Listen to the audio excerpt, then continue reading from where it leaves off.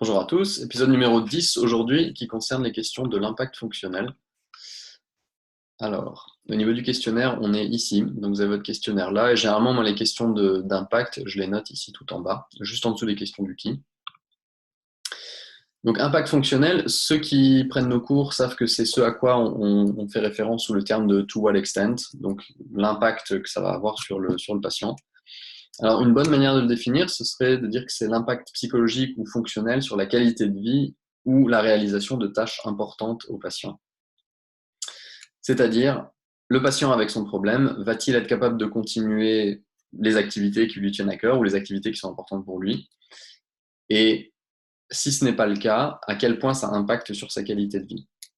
Donc, par exemple, quelqu'un qui ne peut plus travailler à cause de son problème, s'il ne peut plus travailler, il va avoir une perte de revenus. S'il a une perte de revenus, ça va peut-être être difficile pour payer son loyer à la fin du mois.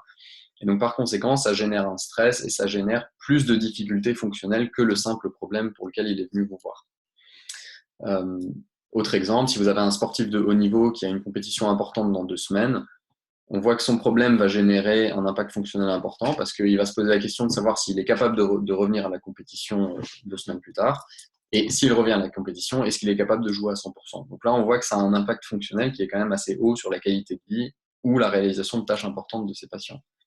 À l'inverse, vous avez d'autres patients qui ont exactement le même problème, mais sur lequel ça ne va pas avoir d'impact fonctionnel, c'est-à-dire qu'ils vont quand même être capables de continuer toutes leurs activités.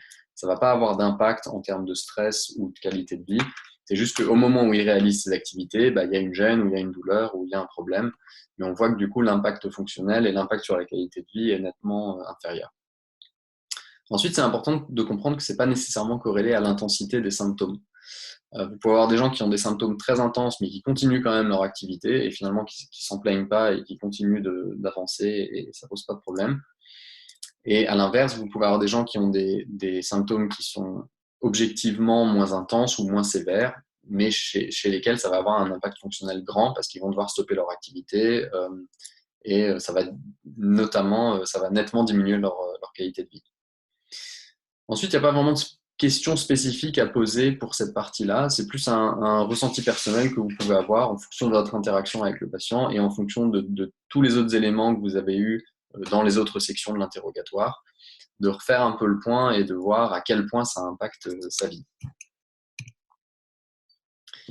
Donc là, il y a deux cas un peu extrêmes pour montrer une part et d'autre du spectre. Mais si vous avez un impact fonctionnel que vous définissez comme haut, ça peut être lié à un problème de peur, d'anxiété ou de catastrophisation de la part du patient. C'est-à-dire qu'il va stopper toutes les activités qui posent problème. Et ça peut être lié à un problème d'anxiété ou de catastrophisation. À l'inverse, vous pouvez voir le verre à moitié plein et vous dire que finalement, ça a un tel impact sur la qualité de vie du patient que c'est un patient qui va aussi être plus motivé pour se prendre en main. Et ce n'est pas toujours le cas, on ne peut pas généraliser, donc ça dépend vraiment des cas, mais c'est possible. À l'inverse, vous pouvez avoir un impact fonctionnel qui est bas. Donc ça témoigne plutôt d'une bonne résilience, d'une bonne auto-efficacité du patient qui finalement a compris qu'il y avait de la douleur, il y avait du problème, mais qui continuait quand même ses activités. À l'inverse, vous pouvez le voir le verre à moitié vide et de vous dire que chez ces patients, ça va être peut-être plus difficile de les engager dans un programme de réhabilitation parce qu'ils sont moins motivés pour faire des exercices ou pour avancer dans leur traitement. Généralement, quand l'impact fonctionnel est plutôt haut, ce qui va être important, en fait, le plus tôt possible, c'est de pouvoir remettre les patients dans l'activité qui leur tient à cœur, mais en diminuant la charge ou en diminuant l'intensité. Donc, si par exemple, c'est quelqu'un qui fait du sprint, qui s'est blessé aux ischios, par exemple, et qui ne peut pas faire du sprint, il y a une vraie nécessité, et qui a un impact fonctionnel haut, il y a une vraie nécessité à essayer de les remettre à la course le plus tôt possible, donc la course à plus basse vitesse. Comme ça va aussi les aider à diminuer leur impact fonctionnel. Mentalement, ça va leur faire du bien de pouvoir recourir. Et ça va les aider aussi à diminuer ce sentiment d'anxiété ou de catastrophisation. À l'inverse, si l'impact fonctionnel est bas, dans ce cas-là, il faudra aussi voir les activités fonctionnelles qu'ils réalisent et voir s'il y a besoin de faire une adaptation en fait, de leurs activités. Parce qu'une partie du problème, ça peut être justement que grâce à leur bonne résilience, en fait, ils continuent à faire des activités qui continuent de les irriter. Et finalement, leur activité est peut-être aussi une partie du problème.